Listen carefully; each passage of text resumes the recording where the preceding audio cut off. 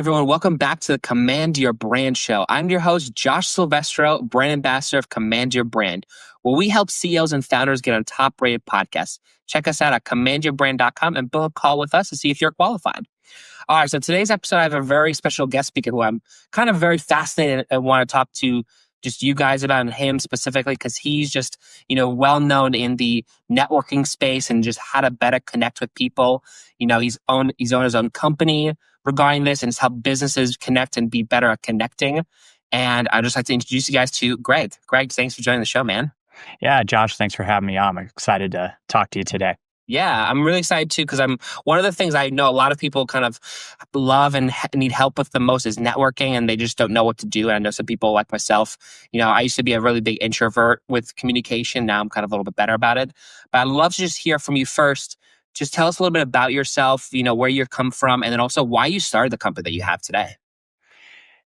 Yeah, I am definitely an introverted person like you. And I really got into this idea of connecting people for my own purposes. So grew up, never really understood how to connect with people, how to network, how to develop those professional relationships. And it really didn't matter until I was at a job I had been at for 9 years and hadn't really done anything to connect or network. I'd always hear people say, you need to be networking, you need to be out there connecting, but I didn't know how to do that. And the idea of going to networking events wasn't something that was really appealing to me. And as a result, I didn't do it. So I eventually got laid off. It was a surprise. And all of a sudden, I was sitting here thinking, I have no network, I have no prospects, I don't know what to do. And through that sort of painful experience, I had to learn a new way to network. And what I did was figured something out that worked for me, sort of worked for my schedule, in my own space, with my own style. And I started doing that, and I was successful at finding another job. And then I told myself I don't want to be in that situation again. So I kept networking just even when I didn't need a job, and started to grow my professional connections, and found a lot of opportunities came my way. Not just job opportunities, but opportunities to speak to people, to present to organizations.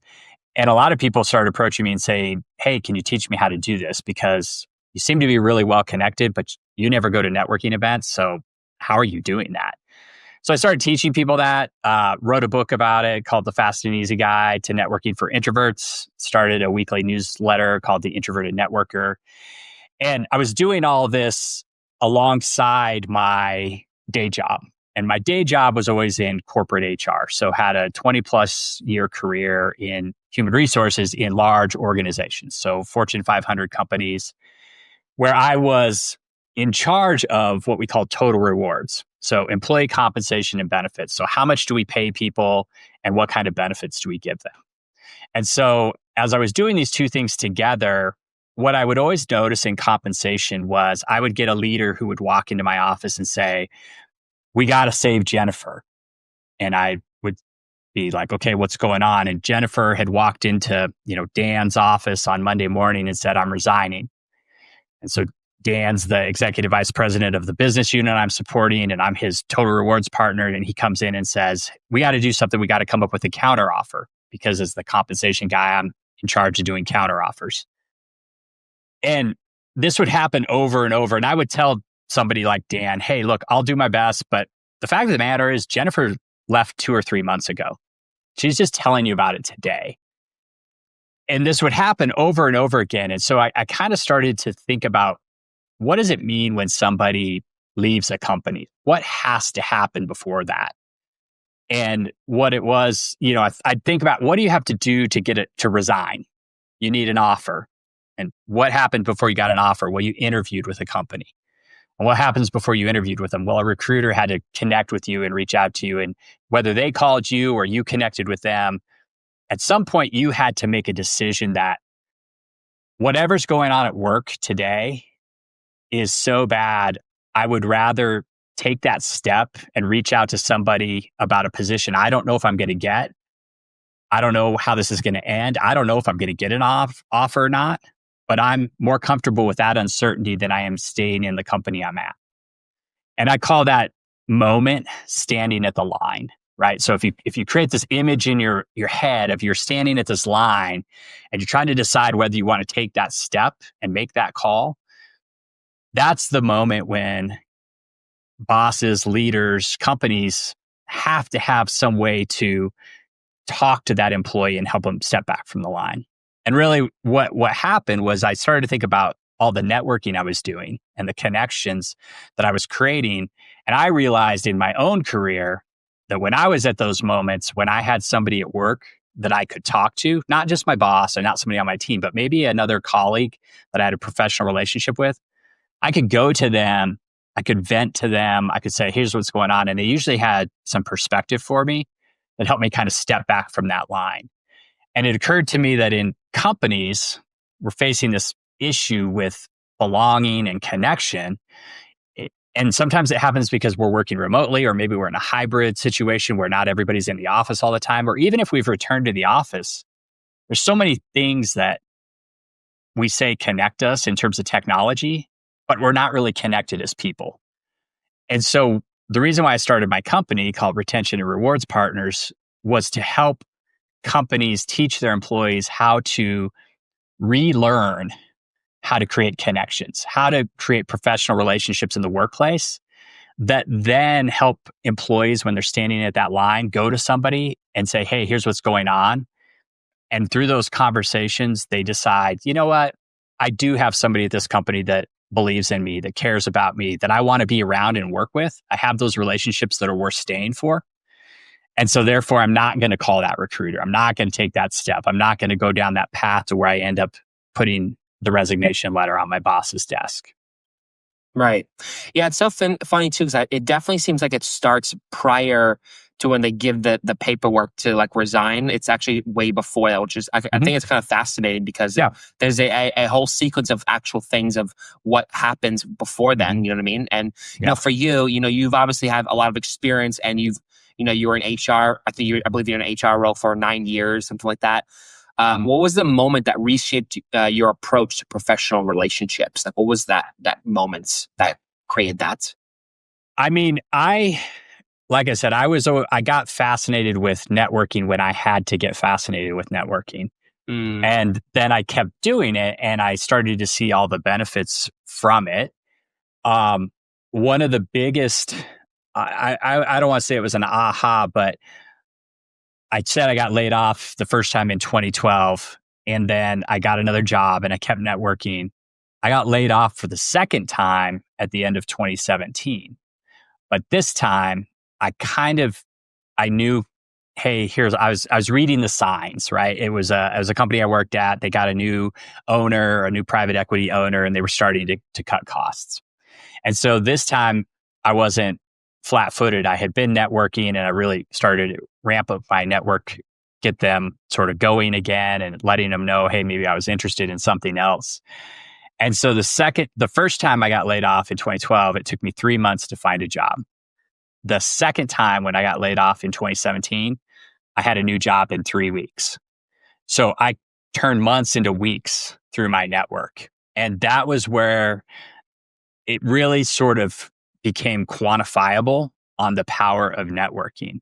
And that was just where after that, that's when I said, I'm going to write a book about this. I'm going to really get serious about teaching this to people on a broader scale. And so that, that really kind of kicked off the idea of teaching people this. But then also within the organizations I worked in, I had so many people that I would challenge to network internally because they were like, things aren't going great. I don't know if I want to stay here. I'd be like, have you talked to other people besides sort of your team and your boss? Have you met other people? Do you know other people? And they would say things like, yeah, no, I don't know how to do that. How would I even do that? And so I kind of have this, and I call it professional development activity. So I will tell people, hey, if you're feeling like you don't like your role, if you're feeling like you need to do something different with your career, do this professional development activity where you connect with some other people and you're going to ask, and they can be people who are your peers. They could be other leaders that you admire or look up to. They could be people that just work in other departments and they're just people who you see their name on an email because they send you emails all the time, but you've never met them face to face. You never talked to them. reach out to them. And I always say in terms of this professional development activity, I said, pick 5 people. You're going to ask these 5 people one question. And you're going to send them an email and say, hey, I know we've never really talked, but I would love to get together for 15 minutes and ask you this one question about your career. Is it okay if I set up time with you? And everybody, of course, responds because they want to know what the one question is, right? You don't tell them the one question. You say, I want to ask you one question.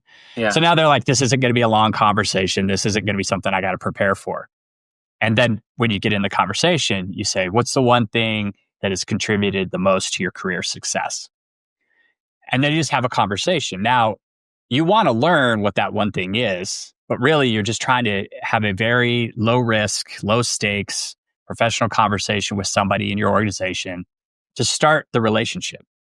And once you start doing that, you find mentors, you find collaborators, you find people that you start to get to know.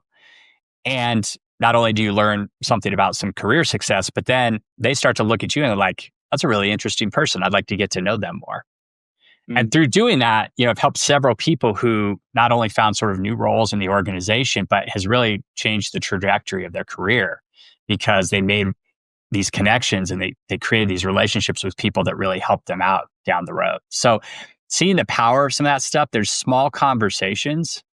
They're not sort of life-changing moments, but they're the foundation of the relationships you form that do create those moments that actually change the trajectory of your career and sometimes your life. Right. It's interesting. And so for you, you've obviously, as a fellow introvert, you've developed certain ways to actually talk to in a friendly approach to networking, relationships. How does someone go about that? Like, what are some common myths about networking and actually that holds some of these introverts back from actually connecting and networking with having relationships with people? Most people think of networking and it's the visual image in their mind that's holding them back from it. Because the visual image most people have, and especially introverts, is they envision this room full of strangers that they've walked into, and they've now got to figure out a way to start a conversation with these strangers. That's my mental image, or was my mental image. And that mental image, I wouldn't say terrified me, but it was so distasteful that I avoided it. Because I didn't want to do that. I don't like that. I still don't like that. I still don't like going into rooms full of strangers and trying to talk to people. Right. But when you change that and you think about networking as a simple conversation, getting to know somebody, maybe in a one-on-one setting, then it becomes a lot less intimidating. Even then, people say, okay, well, that's great. Who am I going to talk to? I don't know anybody. So the other sort of myth that people believe is that they don't already have a network. And most of us have a network. We have people we know. Anybody you know that you could have a conversation with, that you've had one before, is part of your network. So we tend to think of network as this sort of cold professional thing that, you have to have a tracking sheet of people and that's the people you reach out to. No, anybody you know is in your network. And we know people from working with them. We've worked in multiple jobs. People who we left those jobs and they stayed, or they left those jobs and went to work somewhere else. All those people are part of our network. Our people in community organizations are part of our network. People in our neighborhood are in our network. I mean, if you've got kids and they're in sports, the other parents are in your network. It's like there's a network out there of people you know. So most people think they have to do cold outreach to strangers. But I always tell people, start with who you know. So start with your network, because through this process of having these conversations, you're going to get to a point where somebody in your network introduces you to somebody new. And that's how your network grows, is when you get introduced to somebody new. But you do that through, again, setting up very intentionally these conversations in a very low stakes, non-threatening way, in a way that you go into it actually thinking about, what can I do for this other person I'm about to talk to? How can I help them? And when you do those things, they turn around and they go, this has been so great. I've enjoyed this conversation. You've been so helpful to me. How can I help you? Then you're not even asking them for anything. You're not pitching anything. You're not being salesy. It's not awkward. They're saying, what can I do for you? And you say, here's the people I'd like to meet. Do you know any of those people? And they introduce you. So that's and by doing that, you take control of the networking. Right? You don't have to wait for the event to pop up on your calendar. You don't have to sign up for the event. You don't have to wonder who's going to be there. You take control of this process and you determine who you talk to and you determine what you're going to talk about. And then you determine what they can do to help you. And through that, very intentionally over time, through a habit of networking, your network grows and you start to find these opportunities that you're looking for. Yeah. And I guess for people like, people who are listening, some of these guys that are listening, they're also CEOs of founders, and they're, one of the things that some people have struggled with, like you mentioned, like is connecting and trying to make new people to connect with instead of really just, you have friends and family or friends that you've grew up with or anything like that, that actually is part of connecting and networking with people. Those are your best communications that you can get right at the moment, right? So I guess for you, can you walk us a little bit through, your process of like, how do you actually get genuine and build genuine connection with people? Like, planted a seed, or how is that method work about? Yeah, it's pretty straightforward. It's not overly complicated. In fact, it's one of those things that I kind of tell people. They're like, well, yeah. And I'm like, okay, but are you doing it? And they're like, no. So it's almost like we have to be reminded how we as humans interact and have conversations. So the first step, and so it's a 5-step process that I generally give people. The first step is start with who you know. Okay. So don't kill yourself on what's the perfect cold outreach email to send, because there isn't one. And most people aren't going to respond anyway. So if you start with who you know, there's a good chance those people who you know are going to respond because they already know you. They kind of trust you. And you mentioned CEOs, and this is an idea. Actually, I first came across this idea in a book that Adam Grant wrote called Give and Take. And that book was about different types of people. But in the second chapter, he talks about this study that MIT did with people who are in their executive MBA program. And so they asked these executives to go out and go through their list of connections of people they had worked with in the past, but hadn't talked to in a long time. And they said, make a list of them and you're going to send them a simple note to say, hey, it's been a while since we talked. We'd love to get back in touch. And they asked them to estimate the response rate and also to estimate whether they would have good conversations with people or not. And they thought 35, 40% of people will respond to this email. What they found was they were getting 75 or 80% of people were responding.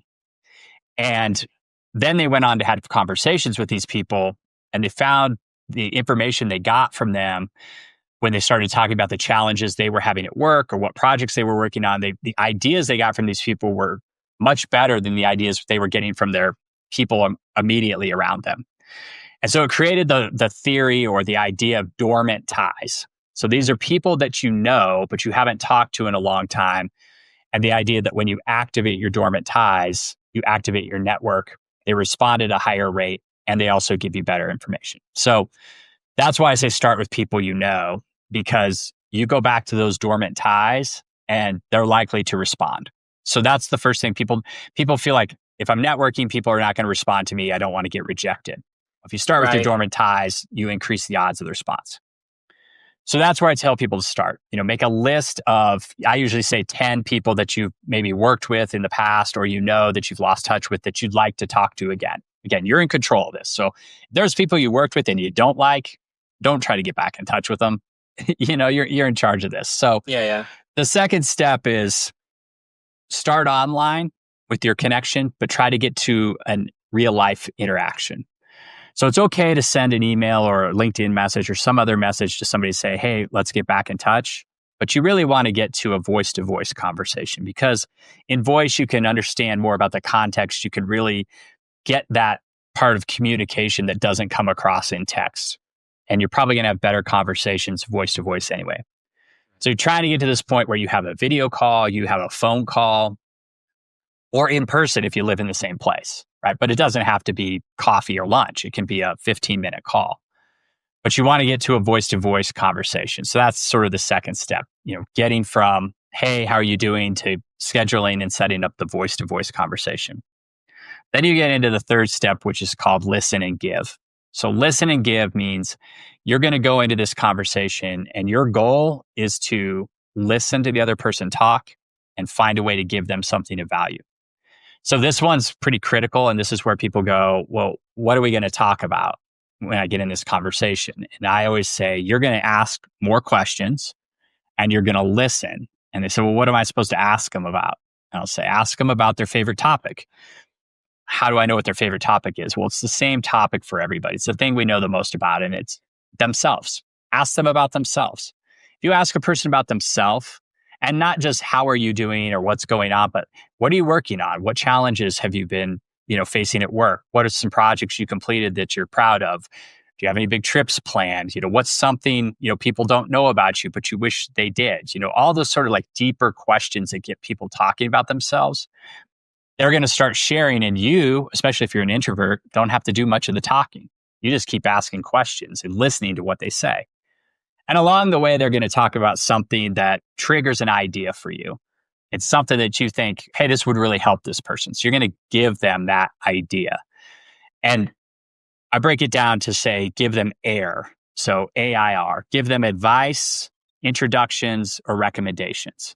So if you can give them some advice on here's how I've tackled this problem in the past, or here's a person I know that I could introduce you to, or here's a book I read or a podcast I listened to or an article I read that might help you, give them something like that. It doesn't have to be big, but you're trying to give them something of value so that they've sat there and they've talked about themselves. They're already feeling good about that because when we talk about ourselves, we feel good about ourselves. And then you give them something of value.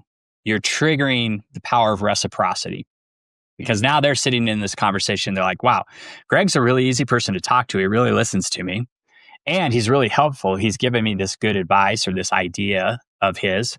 I really want to help Greg. I want to come out of this conversation with him getting something. So they're going to turn around and say, how can I help you? And so the fourth step is be easy to help. Because a lot of times when people are networking, they're like, I need a new job or I'm interested in a new role. I want to do something different.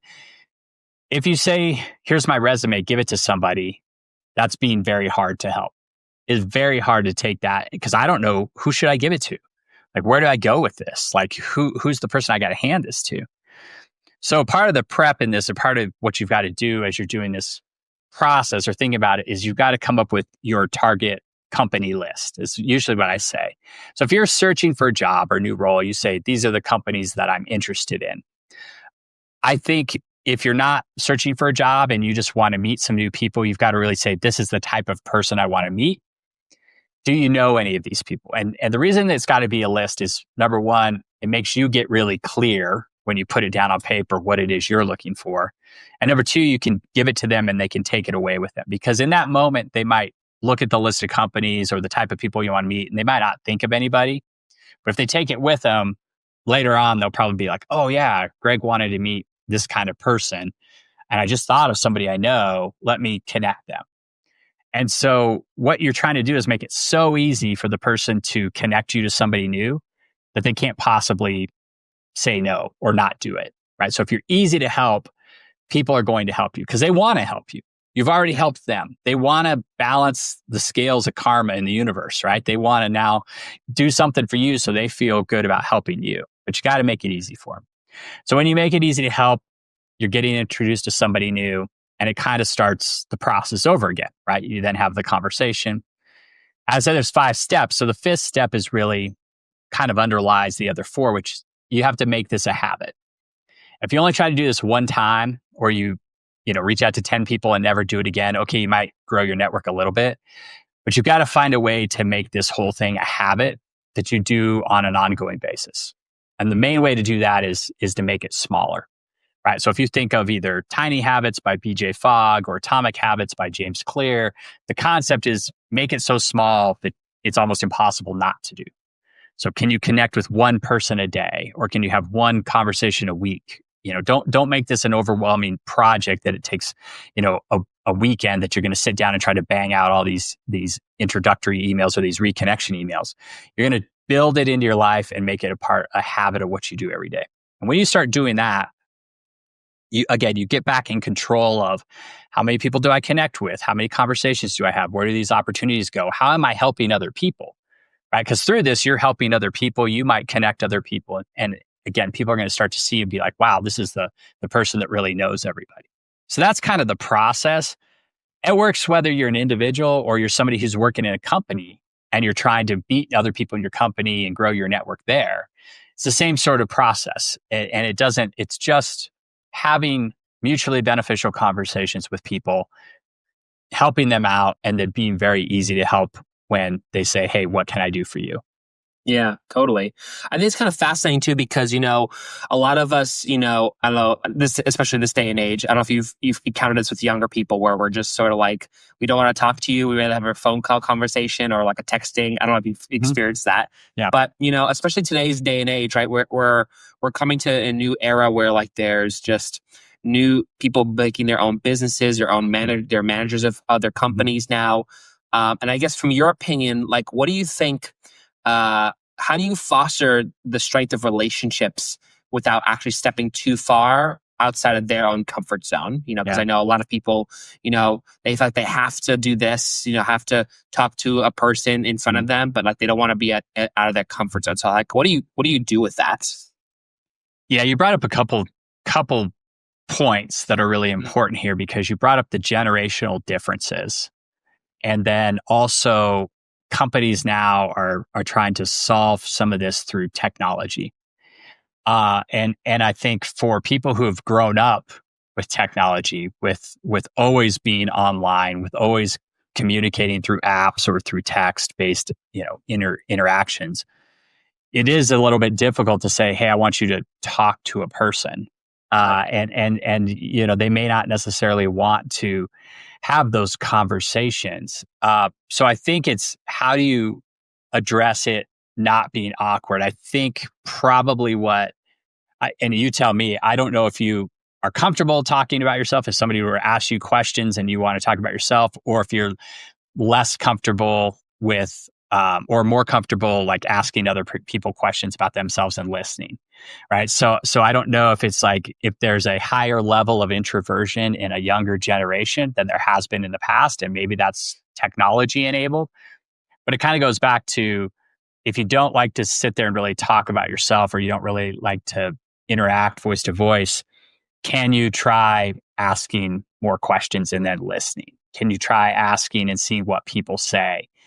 Because that by itself is a pretty powerful thing. When other people are talking, you're not the one who has to do the talking. But the other person is like, wow, this is great. I like talking. Now, I'll run into people who are like, what if you get two introverts who don't really like talking to each other? How are they going to interact? And I'm like, trust me, you'll get through it, right? Start asking questions. Then, and if you ask somebody a question about themselves and they want, and you should be ready to answer the same question, right? So you have to be ready for them to come back and say, hey, that's great. Here's my answer. What do you think about it?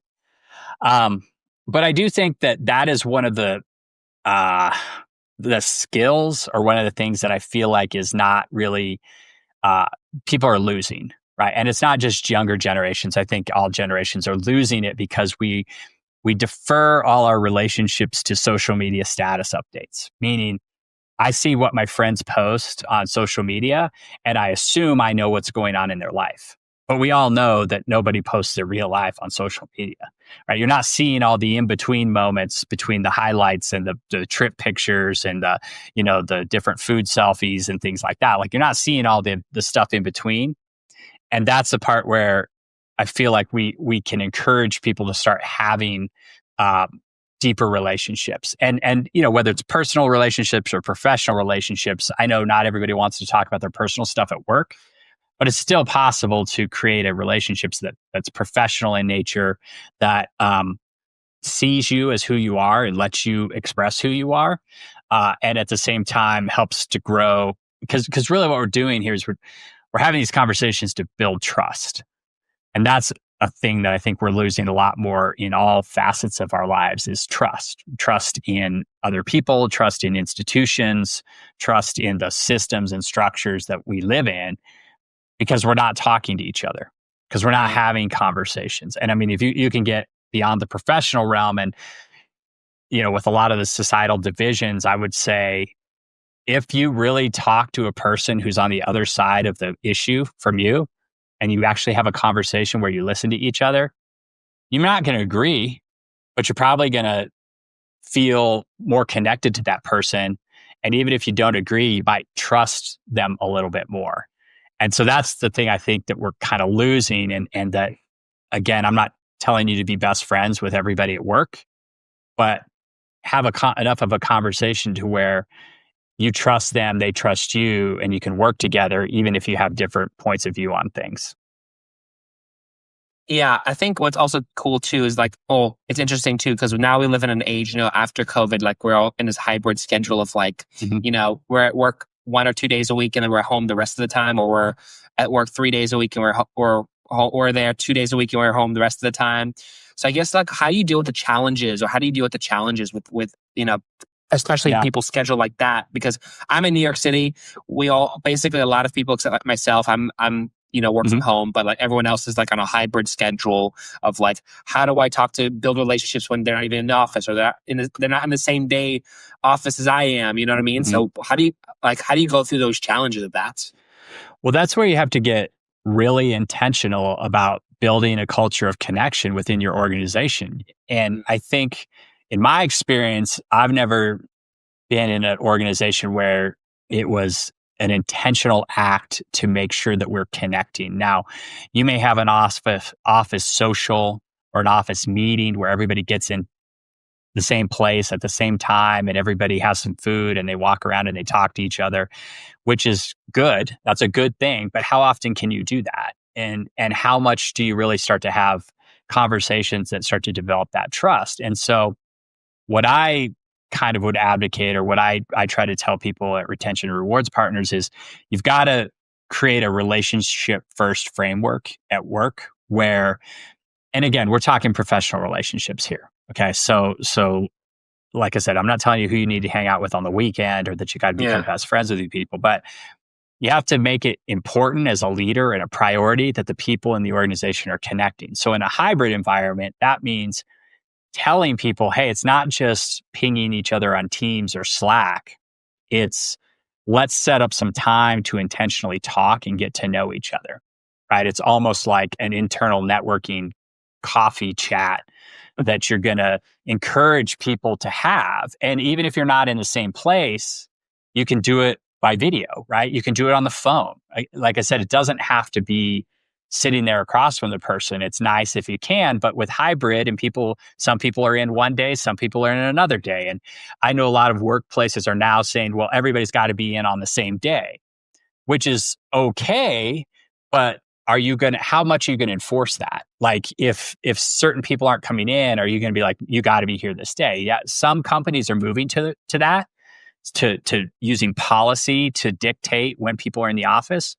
And then when that happens, what happens? People all get into the office, they go into their office or into a conference room, and they all hop on the same video call instead of, actually sitting there and talking. People are coming into the office, but they're not actually talking to each other in a lot of cases, or at least the ones I've seen where they say you got to be in on certain days. So I think if you focus on, hey, what's really important to us about whether it's hybrid or remote, or even if it's return to the office, what's really important to us is that you guys and everybody in the office are developing relationships, that you're talking to each other, that you're connecting, that you're not just sending emails and not just texting and having chats, but you're actually getting to know people, because again, that's where you build trust and that's where we build relationships. And that's what is going to tie people to your organization, as opposed to mandating that they all show up in the office a certain day a week. Right. No, it's so true. And I was just, one of the things I would love to hear from you is also some successes from you. Like I know you've helped a lot of people with handling these certain problems in business or with personal relations. Like, could you give us a success story or some success you've had with some people in, your activities? I had a person I worked with, and I alluded to this earlier about the sort of professional development project that I give people when they're trying to connect within an organization. And she and I got back together about 6 months ago. We haven't worked together in a number of years, but we've stayed in touch over time because networking. And she's like, let's get together and have coffee. And so I said, great. We got together, and she said, I just want you to know that you changed my career a few years back. And it was you telling me to find these leaders who I looked up to and wanted to learn from and create those connections. And I took your advice. I reached out to them and I asked them the one question, what's the thing that contributed the most to your career success? And she's like, through that, I developed relationships where I started to get tapped on the shoulder to do other projects. And my role continued to expand. I continued to get promoted. And that happened because they got to know me and what I could do. And so I was no longer just somebody who worked at the organization. I was somebody they valued, they understood what I could do, they gave me opportunities. And since then, I've moved far beyond where I ever expected to be in my career. And when this company that she was at, we were both at it together, it got acquired by another company, and some people went with a new company and some people went to other companies. Some of the leaders that she was connected to went to another company, and that led them to bring her on in a new role at this other company they worked at. So basically, she got all of her other opportunities in her career by doing that sort of simple conversation, starting to develop those relationships, getting to know people who could really help her out. And it wasn't just they gave her roles, right? It was they gave her advice, they gave her direction, they gave her guidance. And so a lot of people, especially when they're younger in their career, they're like, how do I get a mentor? How do I find somebody, how do I find somebody to help me, advocate for me in my career? A lot of it is being intentional and proactive and going and finding those people who you want to be around, and then, developing those relationships. So that was a really important moment for me, for her to say, hey, this has been so impactful to me. It's really changed my career. And it was, again, of course, thanked her for sharing that, because, sometimes people that, you help somebody or somebody takes your advice and you never hear from them again. But it was really great for her to reach out to me and share that with me. And just the impact that those conversations had. It wasn't some formal development program. It wasn't some big course she had to sit through. It was just very simple ideas and telling her, here's how to get past your fears, and here's how to actually do this. And let's see where this goes. So that was one recently that, really kind of highlighted to me the importance of showing people how to do this within organizations. And then from the company's point of view, they identified a very high caliber, high potential talent that they were able to develop, and they got, increased loyalty, increased productivity, and somebody who was really just engaged and willing to do great work for them because they had those conversations, learned who she was, and helped foster that career. Interesting. Wow. That's a very, very amazing story. I like to hear that. I think it's important too, because also you can see the successes that you've created, and it also makes you want to do more of that. You know what I mean? Yep. Yeah. Absolutely. And that's why I kind of left sort of the corporate role, the working for the big company, and started my own company, because that's really where I wanted to focus my time and energy, is on things like that. Awesome. Yeah, it's great. I really love talking to you. And I really appreciate the time you've given us to really just kind of get to know you better and just kind of know what you do. And I guess for people, I know you had a gift that you wanted to give out to people. Would you just tell us a little bit about that? Yeah, I put together a guide. It's called How to Make Hybrid Work Work. And it's my relationship first playbook or framework that gives leaders 5 different things that they can do with a hybrid workforce to help create those intentional connections, or to really make connection a priority. And so if leaders are struggling with hybrid and they are struggling to get people either in the same office at the same time, or people are in the office but they're still not really talking to each other, this gives them 5 things that they can do, 5 actions that they can take today in order to create that culture of connection. And so people can go to my website. There's a special page for it, retentionandrewards.com/gift. And you're able to download that guide, and it will walk you through the 5 things that you can do to really start to create a culture of connection in your hybrid workforce. Awesome. Well, Greg, I really appreciate the time you've given us to really ask these burning questions on how we can be better with relationships in companies, with other companies, and how we can build a better network with each other, especially as introverts like us. Mm-hmm. And, I really appreciate the time you've given us, especially as a busy guy like yourself, probably connected with a lot of people. You are definitely a guy I'd love to talk to and just know a lot about this stuff. So I really appreciate the time you've given us about this. Yeah. Thanks, Josh. It's been great. You're welcome. Awesome. Well, and I thank everyone here for joining the show. And, if you guys like this stuff, check out Greg, but also like and subscribe to his channel. And we'll see you guys in the next one. Have a good one, Greg. All right. You too. Thanks.